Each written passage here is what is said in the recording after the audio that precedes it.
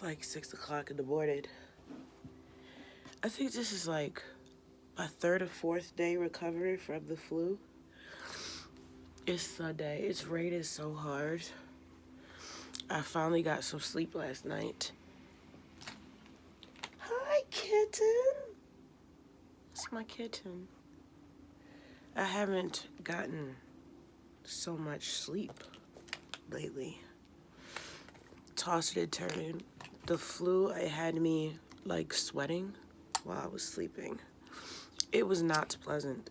I'm not used to getting sick at all. And the whole house got sick, so I still had to take care of the kids. The ones that are here, they're 19. No, he's about to turn. Oh my God, he's about to turn 20?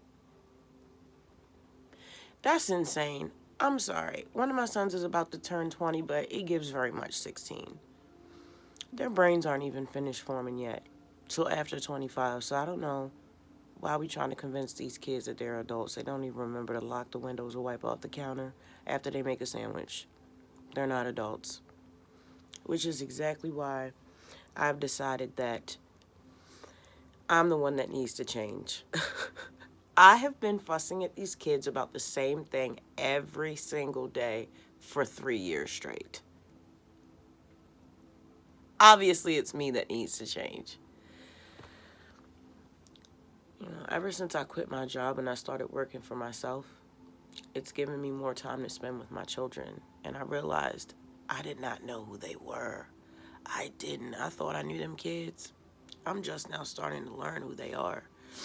Before, I feel like as far as like quality time and really talking to them, maybe 10 minutes, 20 minutes a day before when I was working. But now, I spent hours with them kids. Like, everybody comes in my house Everybody comes in my room throughout the day, and they just sit down and they just talk. And, hi, mama. And, you know, not only do I get to spend time with them, but I get to actually hear their goals, their dreams, their fears. They talk to me about everything. When I say everything, I mean everything. I know things about these kids that I should not know. But say hi. This is Isis. She's excuse me. Excuse me. She's so mean. She's perfect. She's me.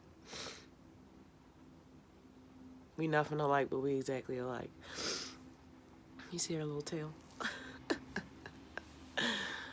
But yeah, like, I just told them, like, I like my house to be clean all the time. I clean my house 3 times a day. And at night, I deep clean my kitchen and I shut it down. After 10 o'clock, y'all should not be in my kitchen cooking. But then I realized, did I actually tell them that?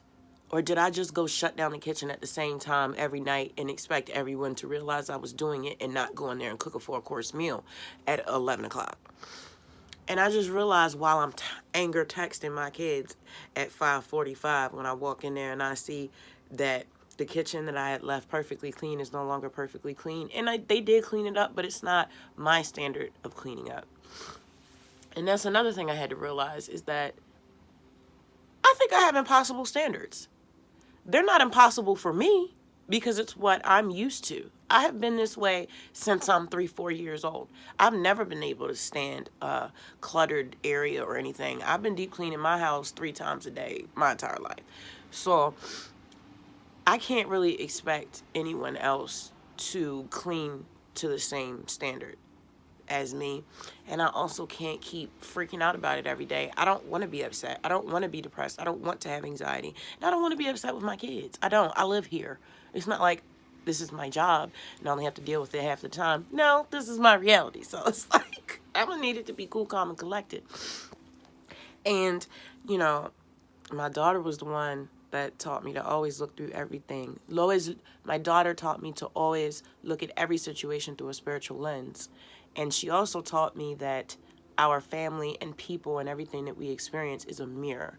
So basically, if I'm fussing at my kids about something, I need to turn that finger right back at me and see what I'm doing wrong. And I told my son that he has control issues the other day. And then I looked at me and I'm like, girl, you have control issues. You have control issues. You're trying to control when people cook and control whether the house is perfectly spotless. 4 people who live here, your house is not going to be spotless 24 hours a day. That's weird. Okay?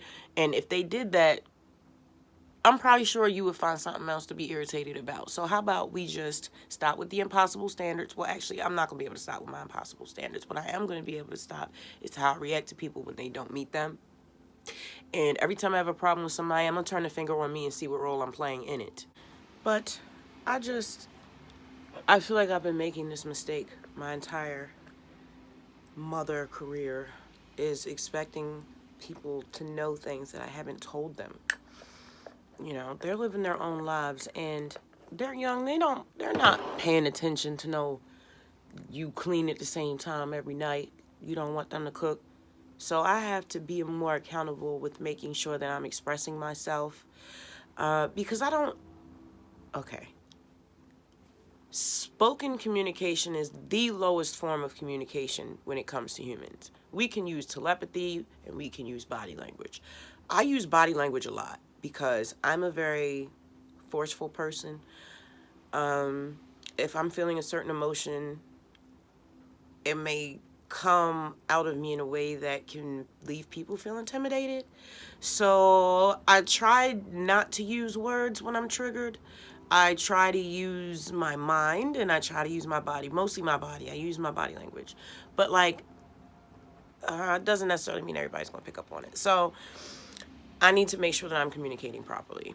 And I also realize that I'm triggered most of the time. And I don't need to make that anybody else's issue. And I feel like instead of expressing my irritation, I just need to express how I feel without making that person feel how I feel. Because I always used to communicate in a way where if you upset me or you hurt me, it's not like I'm going to physically hurt you, but the way that I say what I say to you, you are going to feel the way that you made me feel. And I don't think that that's right when you're dealing with your family. So as much as my teens need to work on communication, I need to work on it 100 times more. So I have a very clear idea of what I need to work on moving forward. And as far as therapy, now that's just my work on my own, but as far as therapy, I want to talk to her about trying to get rid of these triggers.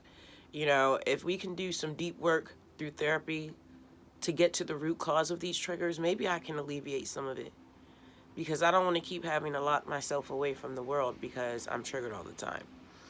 So I have my work that we do in therapy, I have my work that I do on my own, and I have my work that I do with my family, and then I have my spiritual work that I do with my ancestors and, you know, spirit. So and when I say spirit, it doesn't matter what you call spirit. I'm talking about the creator energy. I'm talking about the universe. I'm talking about nature. I utilize it all. I will talk to a tree in a heartbeat. I will listen to the wind. I will pray up to the moon.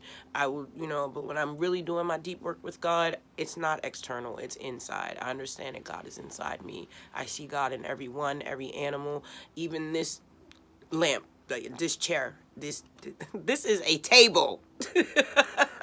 Even this table right here has God in it, and I understand that. So no matter where I'm in, no matter where I am, you can put me in a dark room by myself. I'm still gonna find God because God is everywhere. God is in me. So regardless of what name is put to it, because of whatever mood or mind state that I'm in, it's always the same energy that I'm speaking of. The energy that creates us all, you know.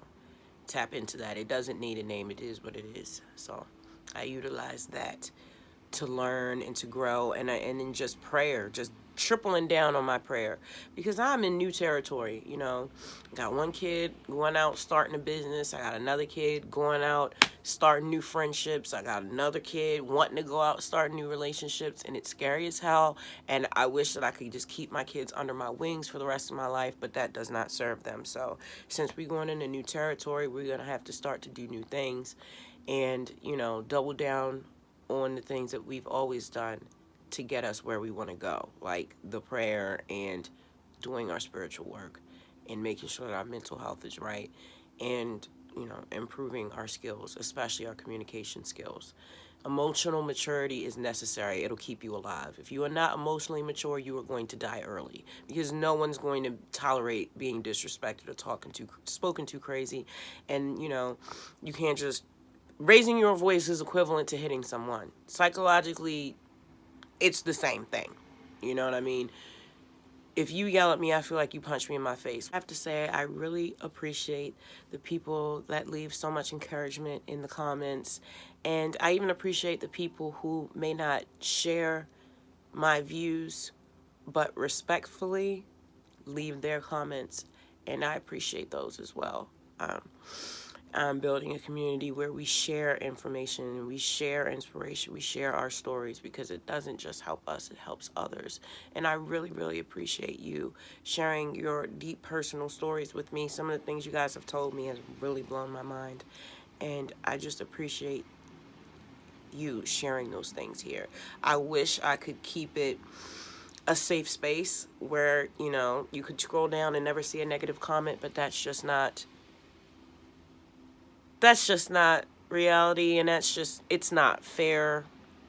I think, I would love to scrub all the negative comments, but it's just not a well-rounded, realistic, and honest portrayal of life or my channel. So I'm leaving them in. But I love you, and I appreciate you so much, and I'll catch you in the next episode.